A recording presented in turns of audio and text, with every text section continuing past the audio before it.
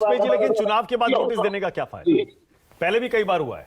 अगर नोटिस देना भी है तो आप प्रचार के दौरान दीजिए। कई बार कड़े एक्शन भी हुए हैं, चुनाव प्रचार से रोका भी गया है, और पिछले कई 4-5 सालों में हमने देखा है कई पार्टियों के नेताओं को चुनाव प्रचार से बैन किया गया, 1 दिन के लिए, 2 दिन के लिए। मायावती याद करिए, और भी कई नेता, आजम खान, बीजेपी के कई नेता। मानक जी, एक बात तो तय है कि पूरे संसार में इलेक्शन कमीशन ऑफ इंडिया की तारीफ होती है। सबसे बड़ा डेमोक्रेटिक कंट्री है और हर 6 महीने में चुनाव होते रहते हैं और सारे वो कंडक्ट करती है। एक आध इंसिडेंट से नहीं नापा जाएगा इसको। और दूसरी बात यह है कि प्रधानमंत्री इतने समझदार हैं कि उनको क्या बोलना है, कितना बोलना है, नाप तोल के बोला जाएगा और वो कानून की परिधि में होगा। उनको ये भी मालूम है कि इलेक्शन कमीशन कॉन्स्टिट्यूशनल अथॉरिटी है, वो पूरा मान सम्मान करते हैं हर चीज़ का। देखिए, इंटरप्रिटेशन करना एक अलग इशू है। आशुतोष जी का इंटरप्रिटेशन ये है कि बजरंगबली के नाम लेने से वोट की अपील हो गई। हो सकता है ये इंटरप्रिटेशन ना हो हमारा, तो ये तो डिबेटेबल क्वेश्चन क्या है, बता दीजिए फिर। ये डिबेटेबल क्वेश्चन है। इसे हमारा मानना है कि क्या उस परिधि में आता है कि नहीं आता, ये आपकी राय अलग है, उनकी राय अलग है। इन्होंने सही कहा, ये जो ऑफिसर बैठे हैं इलेक्शन कमीशन के साथ, यस, इन्होंने बिल्कुल सही कहा कि जो बाल ठाकरे की बात कर रहे हो उसकी वर्डिंग देखिए और प्रधानमंत्री की वर्डिंग देखिए। और दूसरी बात मैं ये कह रहा हूं कि 2 टायर सिस्टम है, प्लीज, 2 टायर सिस्टम है ये। अगर इलेक्शन कमीशन से कोई चीज मिस हो भी जाती है, यू हैव राइट कि आप उसको इलेक्शन को पूरा चैलेंज करें और सेटिस्फाइड कराएं। प्रोसीजर है बकायदा। हाईकोर्ट में पिटीशन फाइल करेंगे, इलेक्शन पिटीशन, पूरा का पूरा इलेक्शन सेटिस्फाइड होगा। उम्मीदवार और पार्टी चुनाव लड़ेगी या फिर कोर्ट के चक्कर लगाएगी? इसका जवाब सीधा सा ये है कि इलेक्शन कमीशन जिस तरह से जो एग्जांपल सेट है सेशन टी के टाइम का, उस तरह से उतना एक्टिवेट तो नहीं कर पा रहा, इसमें कोई दो राय नहीं है। पहले देखिए, आप गाड़ियों के पीछे नंबर तक नोट करे जाते थे, मतलब अगर 3 गाड़ी गई है तो एक्शन हो जाएगा। और दूसरी बात यह भी एडमिटेड फैक्ट है कि इलेक्शन कमीशन को जितनी पावर चाहिए, जितने टूथ उसको चाहिए, वो टूथ उसके पास नहीं है। तो इसके लिए किसको जिम्मेवार ठहराओ? चुनावी रैली में अगर जय बजरंगबली बोलते हैं प्रधानमंत्री या बीजेपी के बाकी नेता, तो क्या ये कानून के अंदर आता है, परिधि में आता है, या कानून का उल्लंघन करता है? देखिए, बजरंगबली ये मेरी आस्था का भी विषय है, मेरी आस्था पे। अब जैसे इलेक्शन कमीशन ने ये रोक लगा दी, क्या इस तरह की रोक लगाई जा सकती है? ये भी डिबेटेबल है। जो आज हनुमान चालीसा पाठ पर रोक लगाई, कैसे मंदिर जाने पर रोक लगा दोगे या हनुमान चालीसा पढ़ने पर रोक लगा दोगे? तो इलेक्शन कमीशन को अगर आप एक ये कहोगे कि तरफदारी कर रहा है, तो ये उचित नहीं होगा। कॉन्स्टिट्यूशनल, देखिए, कांग्रेस तो कह सकती है, वो तो सुप्रीम कोर्ट को भी क्रिटिसाइज करेगी, ईसीआई को भी क्रिटिसाइज करेगी और अथॉरिटीज को क्रिटिसाइज करेगी, लेकिन जो इंडिपेंडेंट जर्नलिस्ट हैं या इंडिपेंडेंट व्यूज रखते हैं, उनके व्यू पे मैं कुछ नहीं कमेंट नहीं करूंगा। लेकिन कम से कम जब कॉन्स्टिट्यूशनल अथॉरिटीज की बात करेंगे तो उसके बारे में भी राय बनाने से पहले 100 बार सोचा जाएगा, पूरी चीज को स्टडी की जाएगी, तब इस तरह की बातें की जाएगी। आशुतोष कुछ कहना चाह रहे हैं? आशुतोष बोलिए। देखिए मानक, मैंने एक बड़ा बुनियादी सा सवाल उठाया। वाजपेयी जी, चूंकि उनकी पार्टी जो है वो भारतीय जनता पार्टी की सहयोगी पार्टी, तो उससे ज्यादा की मैं उम्मीद भी नहीं करता हूं। लेकिन इसी कर्नाटक के अंदर आपने एक चीज देखी थी पिछले दिनों, एक बस स्टॉप जो उसका मस्जिद नुमा गुंबद था, उसको ढहा दिया गया। इसलिए मैं कह रहा हूं कि अगर खुदा ना खास्ता कांग्रेस के किसी नेता ने अल्लाह अकबर के नाम से अपनी रैली शुरू की होती और अल्लाह अकबर के नाम से रैली खत्म की होती, फिर आप देखते भारतीय जनता पार्टी के जफर इस्लाम यहां बैठ के कितनी आग उगल रहे होते। फिर आप देख लेते, फिर आप बताइए, अल्लाह अकबर पर हल्ला हो जाता। मैं इस पे आज ही रैली देखी है उनकी, ये ओवैसी साहब की, अरे कितना जहर उगल रहे हैं। ये न जाइए, इस कंपेयर न करिए कि वो कहेगा तो ये भी करे। अगर कॉन्स्टिट्यूशन इजाजत नहीं देता तो कोई नहीं करेगा, और अगर कॉन्स्टिट्यूशनल वैक्यूम है तो उसका मिसयूज सारे ही करते हैं। लॉ तो इतने बने हुए हैं आशुतोष जी, उसका मिसयूज हो रहा है कि नहीं हो रहा? अगर इतनी कड़ाई से कानून बनने से, प्रधानमंत्री से हम कुछ मर्यादा की उम्मीद करते हैं। देश के प्रधानमंत्री से, वो सिर्फ एक पार्टी के प्रधानमंत्री नहीं, पूरे देश के प्रधानमंत्री। मैंने भी साथ में जवाब दिया कि मर्यादा की उम्मीद, कोई भी शब्द अगर इस्तेमाल करेंगे तो बगैर कानूनी जानकारी के भाषण भी नहीं करेंगे। अगर उन्होंने रात को वीडियो उनकी पार्टी ने निकाला है तो बाकायदा प्रॉपर जानकारी के साथ कि ये उस परिधि में आता है कि नहीं आता, उसके बाद ही निकाला होगा। इसको कहां दो रहे हैं इसमें? मैं ये इसीलिए कह रहा हूं कि इसी पे, इलेक्शन कमीशन पे आरोप लगा देना कि एक तरफा कार्रवाई कर रहा है, ये गलत है। आपके अभी आपने खुद ही दिखाया कि 2 नोटिस गए कांग्रेस को और 2 नोटिस गए इनको। अब मैं अगर कहूं कि ईसी ने अगर हनुमान चालीसा पे रोक लगाई है तो ये सर्वथा गलत है, तो क्या होगा?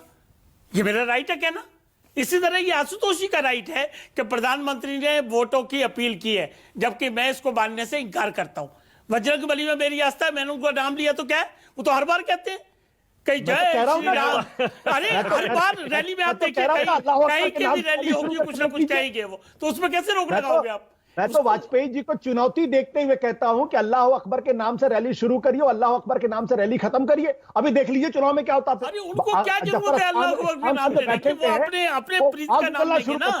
नहीं बीजेपी के नेता आग उगलना शुरू कर देंगे। अभी आपके विचार अपनी जगह हैं, हमारे विचार अपनी जगह, लेकिन मेरा मानना सीधा है, डेमोक्रेटिक सेटअप में संवैधानिक संस्थाओं के मान सम्मान में हल्के फुल्के में बात नहीं कही जानी चाहिए। मस्जिद के गुंबद की तरीके से वो बस स्टॉप नहीं हो सकता है, तो ये फर्क है। और इस बात को जफर साहब अच्छी तरीके समझते हैं और अमीन साहब भी बहुत अच्छी तरीके समझते हैं। इनकी मजबूरियां है कि बोल नहीं सकते।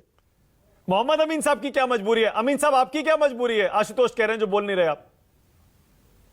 क्या कहना क्या कि इलेक्शन कमीशन में ताला लगा देना चाहिए, क्या ये है सही? ये कह रहे हैं, सही बात कह रहे हैं? ये अपमान नहीं कर रहे इलेक्शन कमीशन का? इनके खिलाफ केस नहीं होना चाहिए? बिल्कुल केस करिए ना मेरे खिलाफ। आप तो बैठे इसीलिए हैं, आपको पब्लिसिटी चाहिए। आपसे तो ताला लगाने का राइट कैसे आपका? मैं सच बोल रहा हूँ, चुनाव करा रहे हैं देश में, कुछ चुनाव कराते हैं। मैं बोल रहा हूँ ताला लगवा दीजिए। और ना ही मैं किसी की सुपारी लेकर बात करता हूँ। बहुत सारे लोग हैं जो टीवी चैनल पर आके सुपारी लेकर बात करते हैं। ये भी ऑब्जेक्शनेबल है। नाम मत खुलवाइएगा मेरा। ये भी ऑब्जेक्शनेबल है कि भाई आप नहीं, मतलब ये भी आशुतोष जी आप बहुत समझदार वरिष्ठ पत्रकार हैं, ऐसी आप जनरल कैसे कह दोगे कि भाई नौकरी है प्रवक्ता की और ताला लगा दी? मतलब आज मैंने किसी का नाम नहीं लिया, सबका ताला लगवा दीजिए। के दायरे में बात की है, प्लीज। सुप्रीम कोर्ट में ताला लगवा दीजिए, तो बात हुई। मैंने किसी का नाम नहीं लिया है। नहीं लिया। और ये कहना गलत किया है आपने, अपमान किया इलेक्शन कमीशन का आपने। आपको राइट नहीं है ताला लगाने का, आपने मुंह पे ताला लगाइए प्लीज। अरे अमीन साहब आप अपने मुंह पे लगाइए, मैं जानता हूं, मैं बहुत कुछ जानता हूं, उसमें बोलता नहीं हूं। यहाँ कौन आदमी किसके पक्ष में बोल रहा है मैं बहुत अच्छी तरीके से जानता हूं, क्यों भेजा गया ये भी मैं जानता हूं। मैं बोलता नहीं हूं, मैं कानून के दायरे में रहकर बात करता हूं। अभी तो आपने कानून के संविधान को कह दिया आपने कि ताला लगा दीजिए वहां पर इलेक्शन कमीशन में। आप आए नहीं वहां पर, मेरे टाइम में आप आते थे आपकी पार्टी की तरफ से। आप क्या बात करते हैं? आप खुद आपकी पार्टी के व्यक्तिगत हो गए। अमीन साहब मुझे मालूम है कि आप व्यक्तिगत होंगे। ताला लगवा देंगे, मुझे मालूम है कि आप व्यक्तिगत होंगे। मैं जानता हूँ बहुत सारे लोगों को टीवी चैनल पर आते लीजिए, वो संस्था जानता हूँ अच्छी तरीके से। आप वापस लीजिए, इस बात को नहीं कह सकते। संस्था को ताला लगा देंगे, सुप्रीम कोर्ट ताला लगा देंगे, ईडी में ताला लगा देंगे। कौन किसकी सुपारी लेकर आता है? सुपारी लेते होंगे आप, मुझे तो पेंशन मिलती है आज भी, हमें किसी की जरूरत नहीं है। भारत सरकार मैंने आपका नाम दिया, आप क्यों परेशान हो रहे हैं? मैंने तो नहीं बोला कि आप सुपारी लेकर आते हैं, आप क्यों परेशान हो रहे हैं? आपने बात की, अरे मैंने आपका नाम नहीं लिया कि आप सुपारी लेकर आते हैं, आप क्यों परेशान हो रहे हैं? आप शांत रहिए। मैं बेरोजगार हूँ, मैं रहूंगा। सरकार साहब आप बड़े वरिष्ठ आदमी हैं, मैंने आपका नाम नहीं लिया कि आप सुपारी लेकर, आप क्यों परेशान हो रहे हैं? आप शांत रहिए, बहुत सारे लोग आते हैं। इलेक्शन कमीशन में ताला लगाने की बात को वापस करिए, गलत बात है। अरे तो मैंने आपका नाम नहीं लिया, आप क्यों परेशान हो रहे हैं? सीनियर पत्रकार है, आपको वापस लेना चाहिए साहब। अरे आप बड़े सम्मानित आदमी, मैंने आपका नाम नहीं लिया, परेशान मत होइए आप। आपका नाम नहीं, अरे आपने थोड़ी इलेक्शन कमीशन की सुपारी ले रखी है। इलेक्शन कमीशन हमारा भी आपका भी है, तो फिर उसको ताला लगाने की बात हो गई। पे मेरा भी उतना ही अधिकार आलोचना करने का जितना आपका अधिकार है, और मुझे ये कहने का अधिकार है। अरे अमीन साहब एक सेकंड, मोहम्मद अमीन साहब, अरे अमीन साहब, वो ताला लगाने का ना, जो ताला लगाना बोलते हैं, वो एक विश्लेषण करते हुए या फिर उसको एनालाइज करते हुए ऐसे कह दिया जाता है। आशुतोष का मतलब ये थोड़ा है कि वहां जाइए और फिजिकली ताला लगा दीजिए। अबे दुबे बोलिए, अबे दुबे क्या कहना चाह रहे हैं, बोलिए। मैं अमीन साहब से एक प्रश्न करना चाहता हूं। अभी आशुतोष जी के लिए इन्होंने कहा कि ताला लगाने पर गहरी आपत्ति। ये जो सेक्शन 126 है पीपल्स रिप्रेजेंटेशन एक्ट का, वो उसका सबसेक्शन बी ये कहता है कि no person shall display to the public any election matter by means of cinematograph, television और एनी अदर सिमिलर ऑपरेटर्स।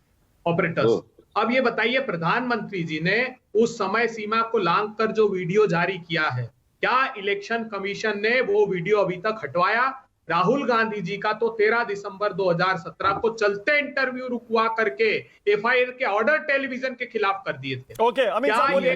अमीन साहब, ये सरासर उल्लंघन नहीं है कि अभी तक वो वीडियो है वहां पर, ऑर्डर होने चाहिए थे कि तुरंत वो वीडियो। ओके, अमीन साहब सुन पा रहे हैं? लगता है कनेक्शन। मैं अभय जी से ये पूछता हूं, अभय जी क्या कांग्रेस पार्टी 126 के वायलेशन की कंप्लेंट लेके ईसीआई के पास गई या नहीं गई? कर चुके। एक सेकंड आगे भी सुन लो ना। अगर ईसीआई ने कोई एक्शन नहीं लिया तो आप आगे हाई कोर्ट या सुप्रीम कोर्ट गए कि नहीं गए? खाली टीवी पे बैठ के बहस करेंगे? अगर आप इतनी जेन्युइन तरीके से एक्शन करना चाहते हैं तो उस कार्रवाई को पूरा कीजिए, उस प्रोसेस को पूरा कीजिए, उसके बाद बात करिए। कर दिया वाजपेयी जी, आप तो वकालत करते हैं ना, तो आप तो वकीलों वाली बात कर रहे हैं। जितने लोग हम लोग अदालत जाएंगे उतने वकीलों का फायदा होगा। आप बहुत सीनियर पत्रकार हैं, बहुत बढ़िया आदमी हैं। मुझे बोलने हर चीजों की दो इंटरप्रिटेशन होती हैं। इनको एक गिलास आधा भरा आपको दिखेगा, हमें पूरा दिखेगा, तो इतना आसान नहीं है। अबे दुबे अपनी बात पूरी करिए। हाँ, अबे दुबे बोलिए।